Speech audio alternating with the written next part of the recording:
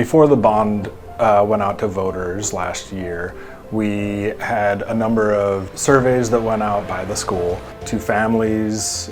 We also invited the community as a whole to come in and provide feedback to the design as we were going through it. Well, Raleigh Hills is a unique design specifically for the neighborhood and for the site.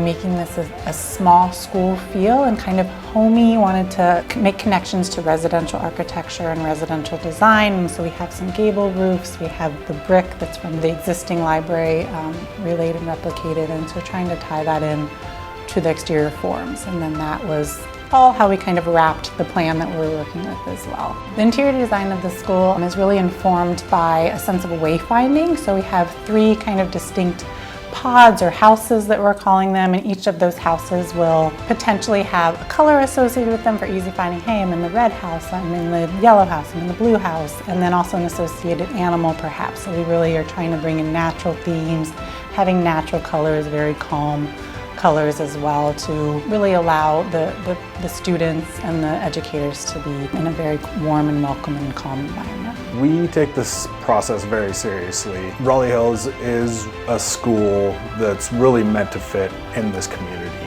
and be reflective of the nature of all the surrounding properties and community members, staff, and students. So we really need to come up with a solution that is right for Raleigh Hills.